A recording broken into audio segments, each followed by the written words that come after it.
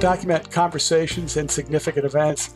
We want to document because, like in real estate, where the 3 rules of success are location, location, location. In the litigation game, our 3 rules of success are documentation, documentation, and documentation. Welcome to Talk to Me About A&E, a podcast series focused on risk management for architects and engineers. Host Dan Buelow, Managing Director of Willis A&E, will engage experts across the A&E spectrum on topics ranging from contract details to the broadest trends impacting design professionals in North America.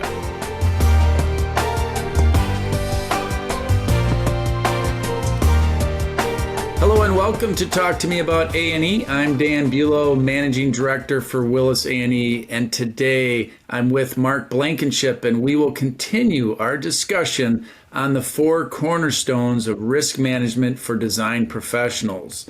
The 4 cornerstones, again, are number 1, risk identification and evaluation. Number 2, allocating risk by contract. Number 3, QC and documentation. And number 4, CA as a risk management tool. Mark and I covered the first 2 cornerstones, risk identification and evaluation and allocating risk by contract, in the last 2 podcasts. And today we will discuss the 3rd cornerstone, QC and documentation. If you haven't listened to the first 2 podcasts of this series, you might just want to check them out. Communication and documentation really is the heart of effective risk management for design professionals for a number of reasons, beginning with the fact that A&E, architects and engineers, PL, professional liability insurance, is a long tail exposure.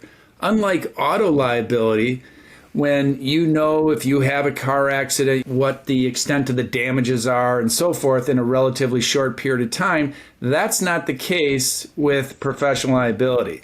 Whatever you and your staff are working on today, and you get dragged into some dispute and you go through mediation, arbitration, and or litigation, it can be months, if not years from today. And so you really don't want to be in a situation where you are relying on the anecdotal testimony of a former employee. You want to have good documentation, and that will go a long way and something we will be talking about. Another reason why documentation is so important is that most claims against design professionals are due to unmet expectations. And it is the design professional's responsibility to educate their clients and effectively communicate when it comes to the standard of care and so on. And then also keep in mind that anything you say can and will be used against you. And also the standard of care of a plaintiff attorney is to sue everyone and the nearest railroad. And also, last but not least, because you have never deleted an email in your life. So just some good reasons why we should really be thinking about communication and documentation and managing professional liability risk. So the importance of effective documentation and communication really, again, cannot be overstated. And communication is really a major challenge for any business, but especially so for the design professional. Just consider the different parties a consultant will have to work with, including other consultants, the various clients and contractors of all types of communications and documentation a consultant must manage throughout this process. Think about contracts and proposals and plans and specs and general correspondence and submittals, not to mention advertising and marketing materials, including websites, their field notes and meeting minutes and emails, texting, social media, and now AI. So again, a lot to consider when it comes to a topic that we're going to be talking about today on QC and documentation, and a good time for me to bring in my special guest, Mr. Mark Blankenship. Hey, Mark, how goes it? Very well, Dan.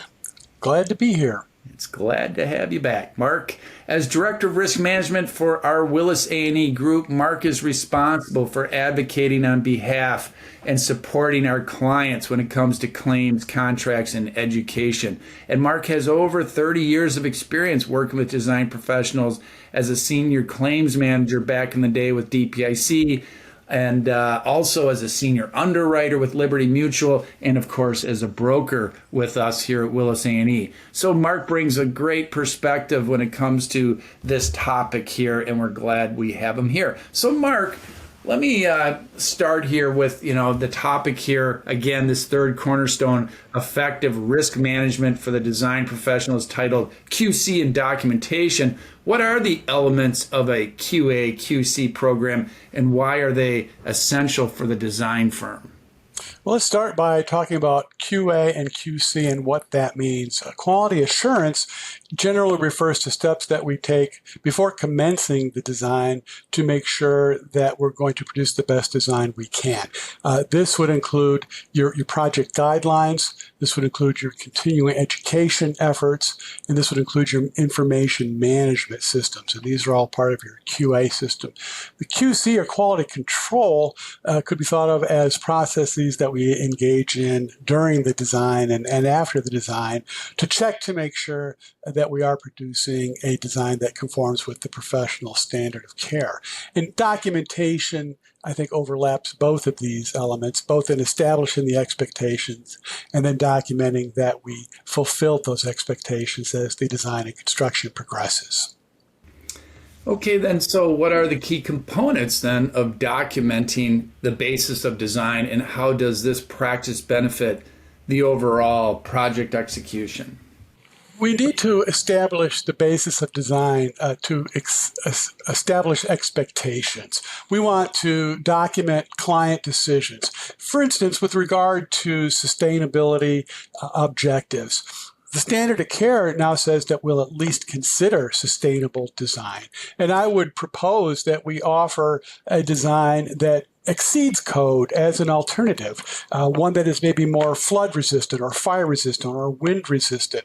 Let the clients tell us that they want the cheapest, if that's what they want, and that one that is minimally code compliant. And therefore, we've established our duty and created a record that we offered the better, more expensive, but more resilient design. And this is an effort to establish the old "I told you so" defense in the event that there is a project failure later. We want to document warnings. For instance, if the client decides they want to do the project as a fast track, well, then we're going to have some contingencies or change orders. We might have a lot of them. I would normally expect that we would see 3 to 5% change orders as a percentage of construction costs on average difficulty new out of the ground construction.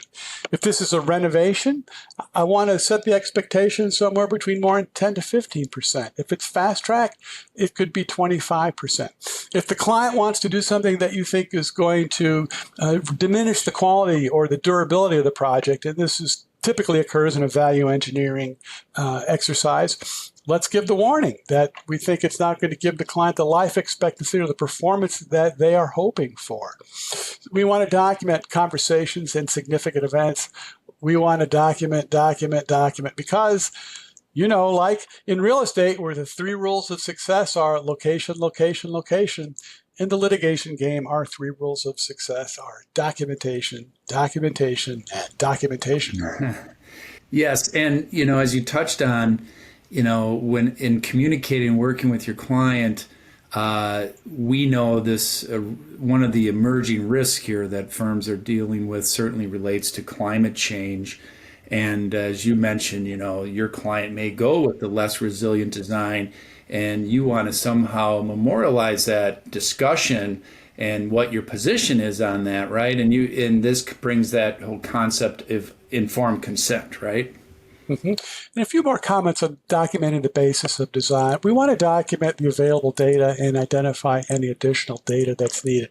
One thing that I see in contracts that bothers me is when owners say that there is no warranty attached to the information that they give to the design professional, and that the design professional cannot reasonably rely on that information. I find that enormously frustrating. We need the right to rely on information provided by the owner, or else we should go ahead and retain the services of those sub-consultants ourselves. We need to identify the available utilities, the program requirements, equipment requirements, and discuss design alternatives. But back to this discussion on communication and documentation and informed consent. You see a lot of contracts, right? Or do you feel that there should be wider use of this informed consent in the agreements themselves and or follow-up documentation communication?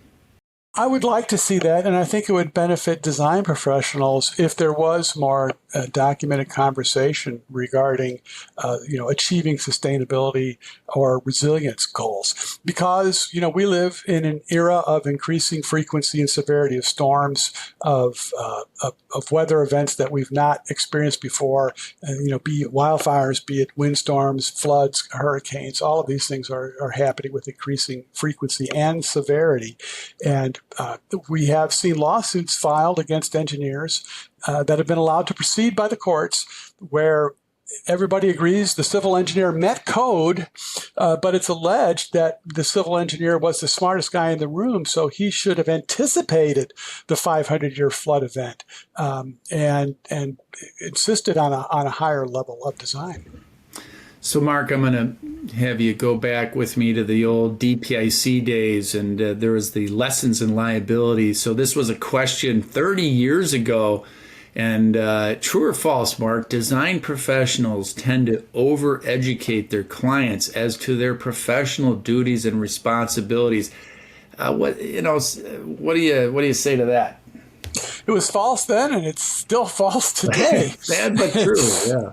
It is sad but true. And we frequently see owners enter into projects expecting no change orders. And it's just not a realistic expectation. So the question is, how do you present this? And the analogy I like to use is, we're not building a car in a factory, where we've worked out every step and performed it 10,000 times before. Your project is unique. It's never been done before. And with this uniqueness comes a degree of uncertainty. And we will have to work some things out in the field. It's like building your car in a garage instead of a factory. We're just going to, we don't have every step planned out. It's not feasible to detail every last screw and bolt. And we're going to have to work some stuff out in the field. Yeah, and I would add a couple points to that. I think this is so important, but it really is the responsibility of the design professional to educate their clients as to what the standard of care is and what it is not. And to never really overestimate the client's knowledge of the design services you intend to provide. And you need to explain what these services you will be performing are, and to document what services you will not perform, and to communicate clearly as to the standard of care, because we'll ask this question back to another question of the DPIC days 30 years ago, but true or false, the standard of care of a design professional is perfection. Well, we all know that's false, right? But I would always ask, well, what if we ask that same question to a room full of your prospective and or current clients? Would they all get that right? And so again, it really is the responsibility of the design professional. And back to this point that we've stressed before, is that really a significant percentage, if not the vast majority of claims against design professionals are not rooted actually in design error. They are rooted into these non-technical areas. And that's this kind of communication documentation is a big part of that.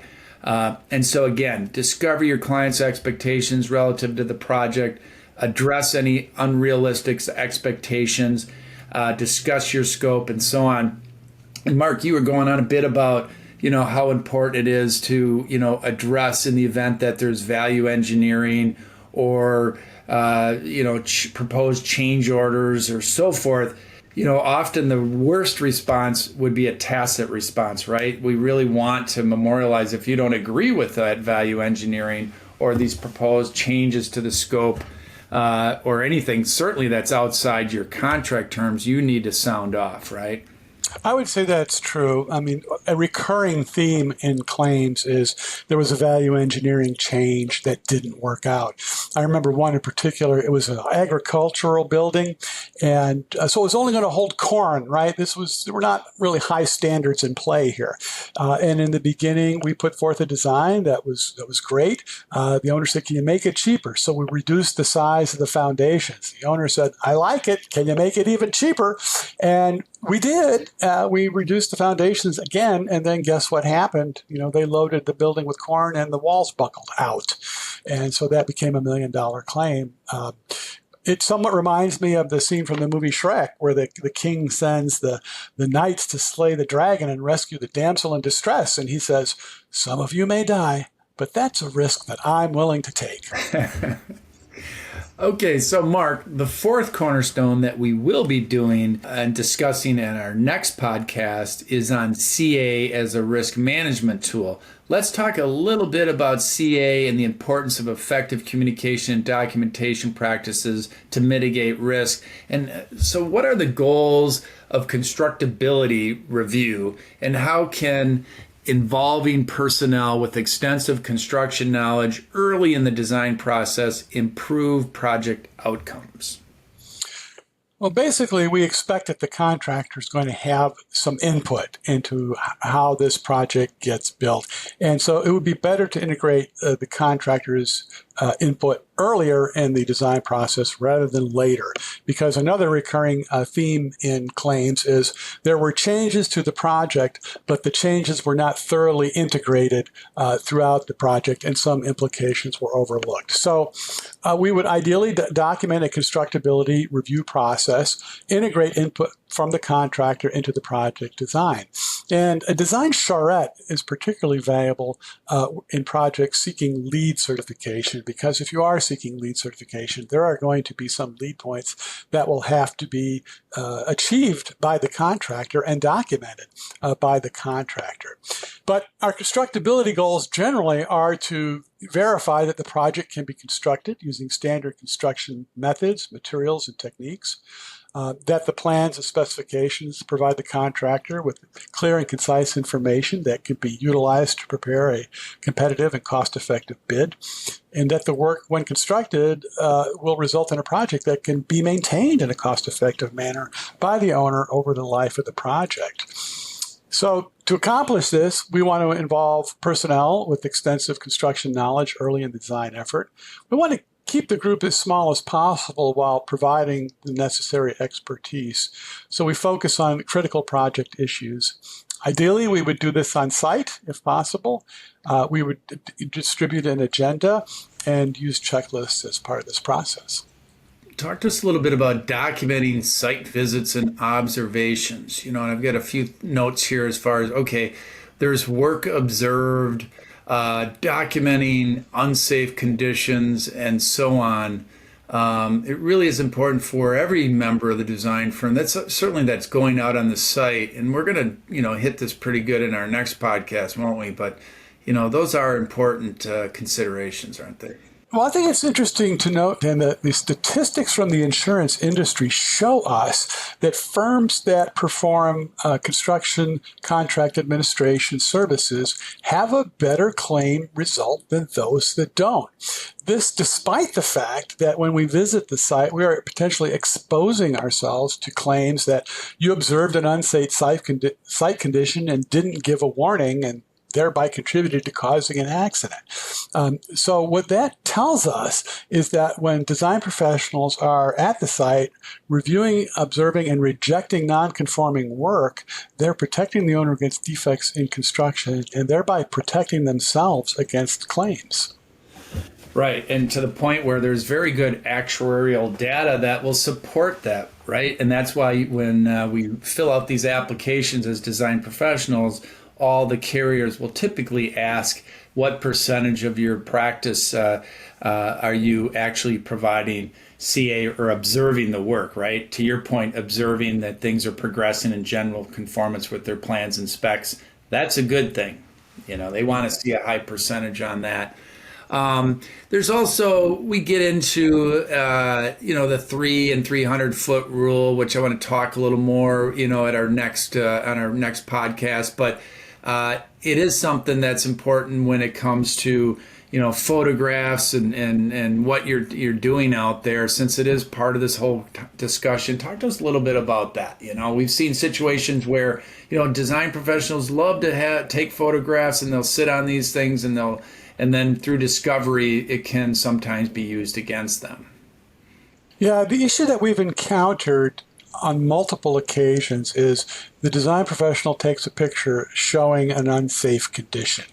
And even though their contract said they had no responsibility for detection or remediation of unsafe conditions, this is introduced as evidence that, oh, you knew, you saw, and therefore you should have done or said something.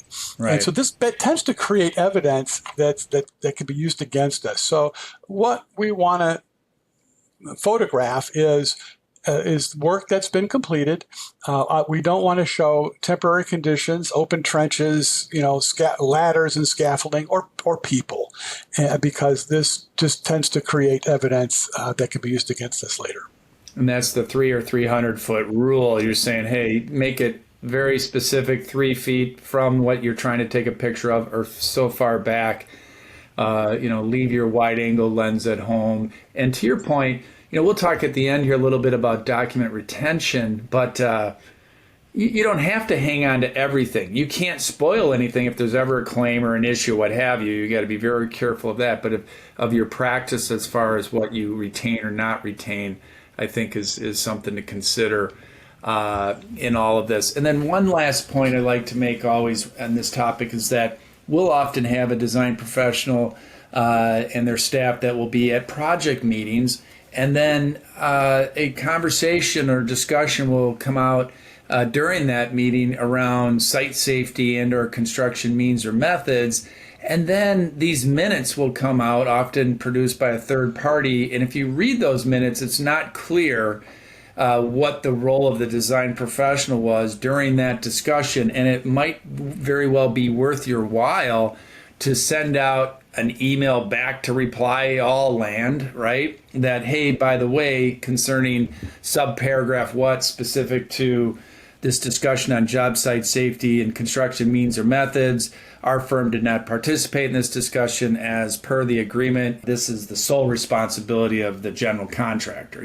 These, again, good follow-up documentation practices that we think as a standard, as a practice, can certainly benefit the firm if and when something happens on the site.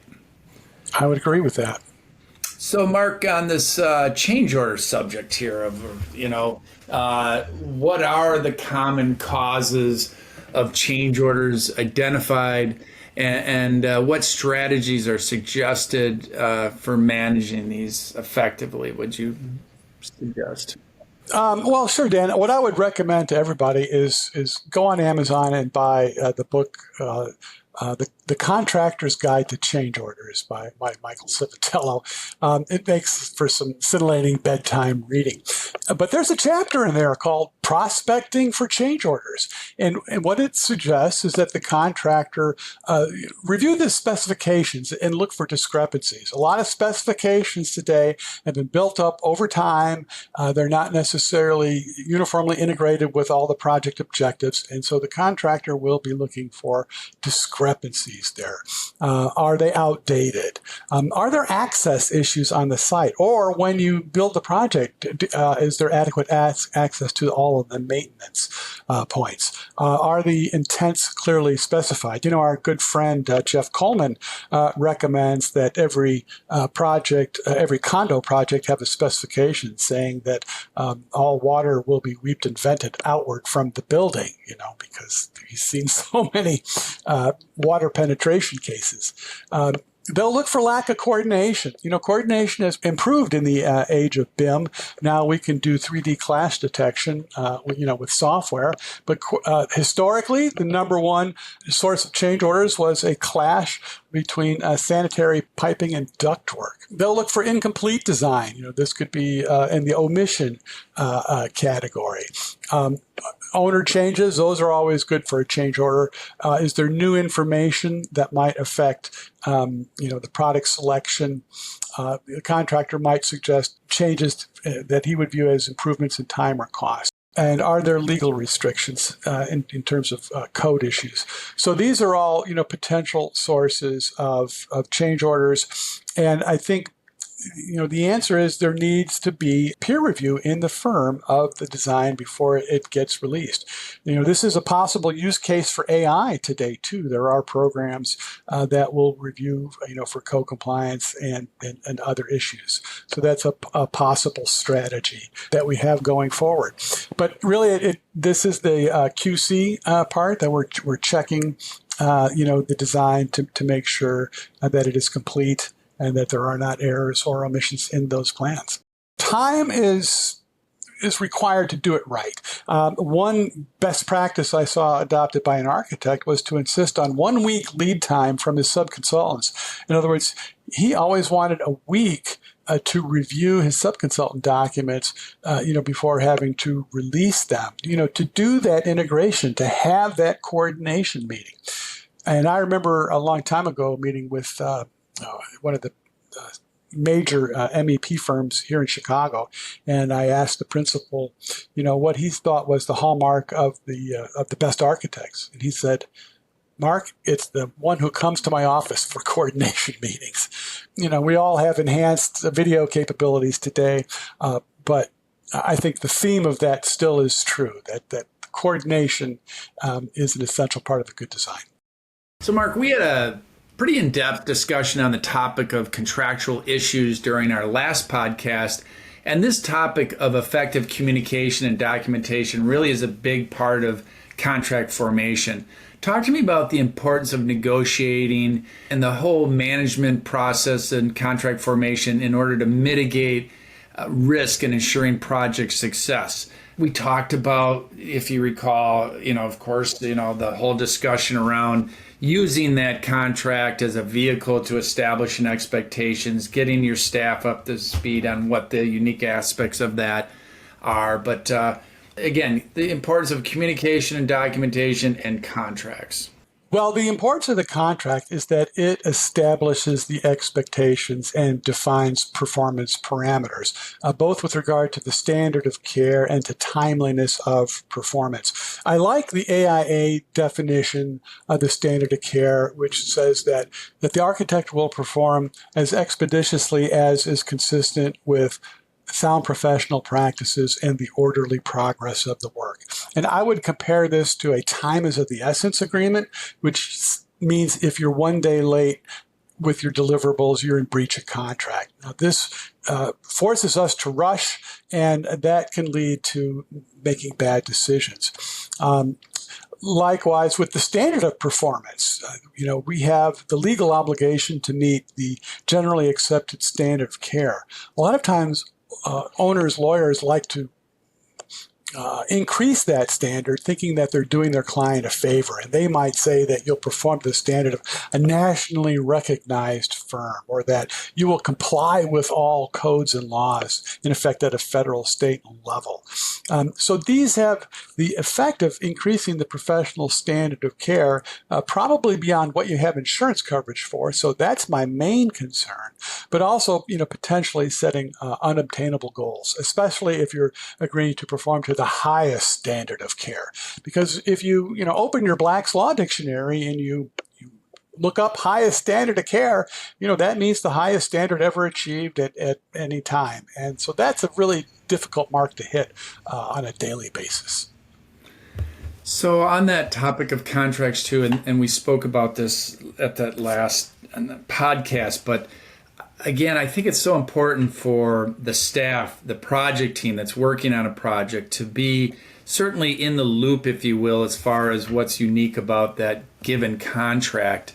And, we joke a little bit about, but I think it's really is a good practice, is to have a dramatic reading of every contract with the project team, so that they at least understand clearly what the scope is in order to help manage scope creep and so on.